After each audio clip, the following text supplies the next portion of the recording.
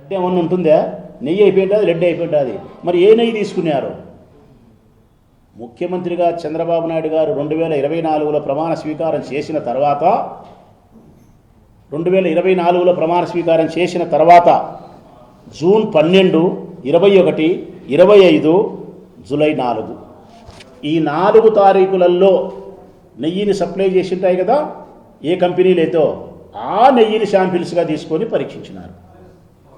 అంటే నీవు ముఖ్యమంత్రిగా ప్రమాణ స్వీకారం చేసిన తర్వాత ఏ నెయ్యినైతే పరీక్షించినారో ఆ నెయ్యిలోనే సిబిఐ చెప్పిన మాట, జంతువుల కొవ్వు కలవలేదు, ఈ నెయ్యిలో పామాయిల్ కానీ లేకుంటే మరొకటి కానీ కల్తీ జరిగేదానికి ఆస్కారం ఉంది అని చెప్పి వాళ్ళు చెప్తున్నారు. ఈ 4 ట్యాంకర్లను, ఈ 4 తారీఖుల్లో వచ్చిన 4 ట్యాంకర్లను టీటీడీ ల్యాబ్ పరీక్ష చేసి ఎనికి పంపింది. ప్రజలారా,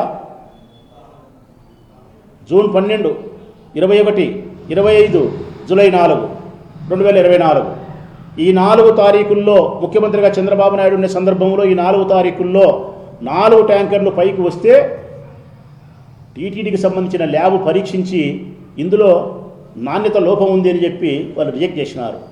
రిజెక్ట్ చేసినటువంటి 4 ట్యాంకర్లు వెనక్కి వెళ్ళిపోయినాయి. వెనక్కి వెళ్ళిపోయి కాళహస్తి దగ్గర రాఘవేంద్ర క్రషర్ మిషన్ అని దగ్గర పెట్టుకున్నారు. పెట్టుకొని ఒక 20 రోజుల తర్వాత మళ్ళీ జూలైలో అదే ట్యాంకర్లే లోపలికి వచ్చాయి. అయ్యే ట్యాంకర్లే టీటీడీ అనుమతించింది. ఎట్లా అనుమతించింది? నీవు కానీ, మీ డిప్యూటీ సీఎం కానీ, మీ మంత్రులు కానీ, ప్రభుత్వంలో మీ అధికారం కలబడిన మీరు ఓకే చెప్తేనే లోపలికి వచ్చింది. అంటే టీటీడీ ల్యాబ్ ఏమో రిజెక్ట్ చేసింది, టీడీపీ పార్టీ ఏమో వెల్కమ్ చెప్పింది. ఇప్పుడు నేరం ఎవరిది? నీది కాదా? మాటకొస్తే 320 రూపాయలు, మాటకొస్తే 320 రూపాయలకి ఇచ్చినాడు జగన్మోహన్ రెడ్డి గారు అంటున్నావు. 300 రూపాయలకి నెయ్యి వస్తుంది అంటున్నావు. జగన్మోహన్ రెడ్డి గారు 2019 నుంచి 2024 వరకు 320 రూపాయలకు ఏ కంపెనీకి అయితే ఇచ్చినావో 2014 నుంచి 2019 వరకు అదే కంపెనీతోనో చంద్రబాబు నాయుడు నెయ్యిని సప్లై చేసుకొని 290 రూపాయలకు నెయ్యి కొన్నాడు. జగన్మోహన్ రెడ్డి 321 రూపాయలు కొంటే నెయ్యి కాదని చెప్పిన పెద్ద మనిషి, నువ్వు 291 రూపాయలు కొన్నావే, ఇది నెయ్యనాలా ఏమనాలా? మరి మనం మీరే పయ్యావుల కేశవం గారు వచ్చి మాట్లాడుతున్నారు. ఒక్క ఆవు లేదు ఆ బోలే బాబా సంస్థకు, ఒక్క ఆవు లేదు, నెయ్యి ఏ విధంగా సప్లై చేస్తారని. అసలు ఆ బోలే బాబా సంస్థకు 2013 నుంచి నెయ్యి తోలుతూ ఉంటే 2014లో క్వాలిఫై అవుతూ ఇది అన్ని పరీక్షల ద్వారా పరీక్ష చేసినాము, వీళ్ళు సప్లై చేసేదాని అర్హత ఉందని చెప్పి 2014లో సర్టిఫికేట్ ఇచ్చింది నీ ప్రభుత్వమే. 82,000 కేజీల నెయ్యిని ఒకే రోజు ఆర్డర్ ఇచ్చింది చంద్రబాబు నాయుడు ప్రభుత్వంలోనే 2014-19. మళ్ళీ ఇంకొక మాట మాట్లాడుతున్నాడు ఆయన. జగన్మోహన్ రెడ్డి గారు వచ్చిన తర్వాత ఈ టెండర్ల ప్రక్రియలో కఠినతరాన్ని సడలించినారు అని చెప్పి 2019 మేము చేసినాం, 2019 జనవరిలో చాలా స్ట్రిక్ట్గా చేసినాం అంటున్నారు. 2014 నుంచి 2019 ఏప్రిల్ మే వరకు మీరు ఉండారు. 2014 నుంచి 19 జనవరి వరకు కఠినతరం లేదంట, టెండర్ల ప్రక్రియ సులభతరం అంట. 2019 జనవరిలో కఠినతరం చేసినారంట. 2019 జనవరిలో కఠినతరం చేసినారంటే 2014 నుంచి 19 వరకు సులభతరమే. జగన్మోహన్ రెడ్డి 19లో వచ్చిన తర్వాత కూడా టెండర్ల ప్రక్రియలో పొరపాటు చేయలే. నాణ్యతా ప్రమాణాలకు ప్రాధాన్యత ఇచ్చినాడు. నెయ్యి యొక్క నాణ్యతకు గ్యారెంటీ తీసుకున్నాడు. ఎక్కడా పొరపాటు చేయలే.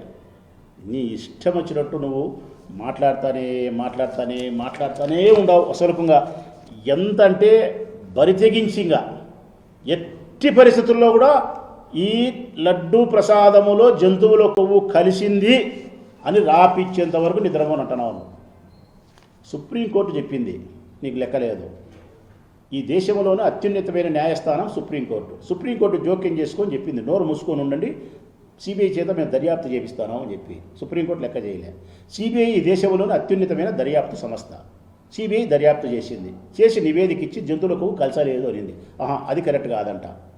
ఈ రాష్ట్రంలో ఉండే పోలీసు అధికారులే ఆ సిబిఐలో సిట్టులో 2 ఉన్నారు. ఈ రాష్ట్ర పోలీసులు సిట్టులో 2 అధికారులు ఉంటే, నీ ప్రభుత్వంలో పోలీసు అధికారులు ఉంటే వాళ్ళు చెప్పింది కరెక్ట్ కాదంట.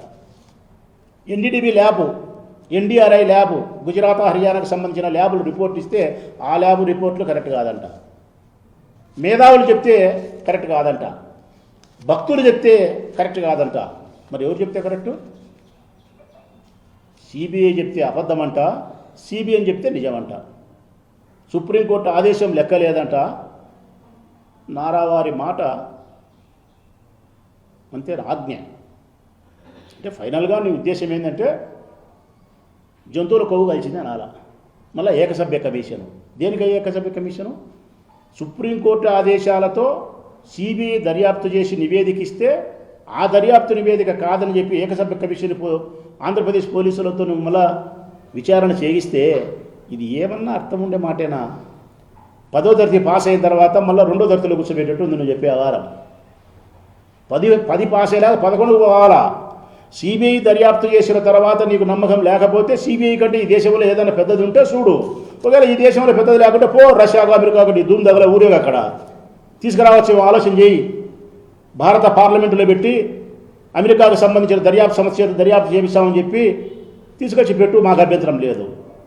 ఈ దేశంలో ఉండేదైతే సిబిఐయే. సిబిఐ దర్యాప్తు చేసిన తర్వాత మళ్ళా ఆంధ్రప్రదేశ్ ఏకసభ్య కమిషన్ ఏందే నాకు తెలియకడుగుతా. నీ ఉద్దేశం ఒకటే, ఎట్టి పరిస్థితుల్లో జగన్మోహన్ రెడ్డిని సర్వనాశనం చేయాలి. జగన్మోహన్ రెడ్డి వైఎస్ఆర్ కాంగ్రెస్ పార్టీని భూస్థాపితం చేయాలి. అంతవరకు మేము నిద్రపోము. ఇది నువ్వు చెప్పే మాట. ఈ బోలేబాబాకు కూడా 22,000 కేజీలు ఎప్పుడు ఇచ్చినాడంటే 2019 మార్చి 6వ తారీఖున ఇచ్చినాడు. క్వాలిఫై పర్మిషన్ ఇచ్చి చంద్రబాబే. అదే రోజే 82,000 కేజీ నెయ్యి సప్లైకి ఆర్డర్ ఇచ్చినాడు. 2019 మార్చి 6. 2019 మార్చి 6 ఎవరున్నారు? చంద్రబాబు నాయుడే. ఇంకా ఎన్నికలు పూర్తయిపోయి మా జగన్మోహన్ రెడ్డి ముఖ్యమంత్రి కాలే. మరి బోలేబాబా ఫ్రాడ్ మాస్టర్ అయినప్పుడు 82,000 కేజీలు ఏ విధంగా నువ్వు ఆర్డర్ ఇచ్చినావు? అది కూడా ఎంతకి ఇచ్చినావు? 290 రూపాయలకి ఇచ్చినావు. కొన్ని 290 రూపాయలకి. ఇవన్నీ మేము చెప్పి నీ ఆత్మసాక్షిగా ప్రమాణం చేయరా మా వాళ్ళు, మా వైఎస్ఆర్ కాంగ్రెస్ పార్టీ వాళ్ళు. నీ ఆత్మసాక్షిగా ప్రమాణం చేయి. నేను అడగను స్వామి ఆ మాట అయితే, నేను అడగను. కారణం, నీ ఎవ్వరికైనా మనిషికి అనేది అంతరాత్మ సాక్షిగా ప్రమాణం చెయ్యి అని అంటుంటారు మా వాళ్ళు కూడా. నేను అడగను నిన్ను. కారణం ఎందుకంటే అంతరాత్మ సాక్షిగా ప్రమాణం చేయాలంటే ఆత్మ ఉండాలా. మనకు ఆత్మే లేకపోతే ఇంకా అంతరాత్మ ఎందుకు వచ్చా స్వామి? నీకు ఆత్మే లేదు. నీకు ఆత్మే లేకుండా అంతరాత్మ సాక్షిగా ప్రమాణం ఎట్లా చేస్తావు? ఒకవేళ నేను చెప్పింది అబద్ధం అనుకుంటే నీకు చక్కటి ఉదాహరణ చెప్తా. వానమ్మ ప్రపంచంలో ఎవరైనా సరే పెరుగు అమ్మాలంటే పాలు ఉండాలా. పెరుగు అమ్మాలంటే పాలు ఉండాలా. నీ హెరిటేజ్ కంపెనీలో పాలే లేకుండా పెరుగు అమ్మినావు నువ్వు. పాలే లేకుండా పెరుగు అమ్మినావు నువ్వు.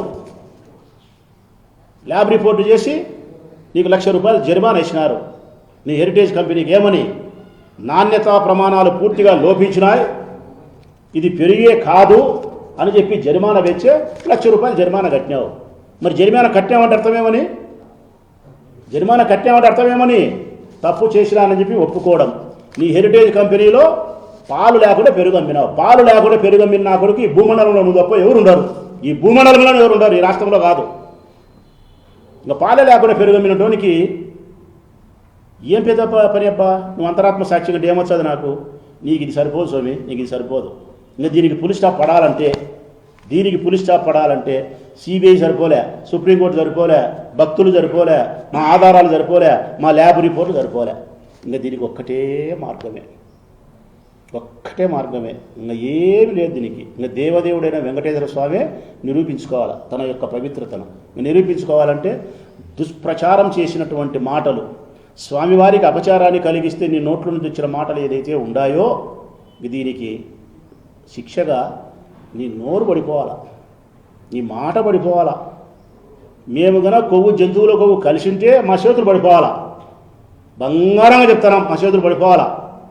లేదు మేము కలపలే, మేము సొక్కం కరెక్ట్ స్వామివారి పట్ల అనుకుంటే నువ్వు చేసిన వాడు పాపం నోటితో పాప మాటలన్నీ కూడా నీ నోరు పడిపోవాలా. నీకు కానీ, నీ కొడుకు కానీ, పవన్ కళ్యాణ్ కానీ, మీ ముగ్గురితో ఎవరికోరికి నోరు పడిపోతే అప్పుడు భారతదేశ వ్యాప్తంగా అందరూ ఎస్ టిట్ ఫర్ టాట్, కుక్క కాటుకు చెప్పు దెబ్బ కరెక్ట్గా సరిపోయింది. స్వామివారికి వీళ్ళు చేసిన ద్రోహం పట్ల, అపచారం పట్ల, అపవిత్ర మాటల పట్ల ఆ దేవదేవుడైన వెంకటేశ్వర స్వామి శిక్ష విధించినాడు. వీడికి లెక్క సరిపోయింది, అకౌంట్ క్లియర్.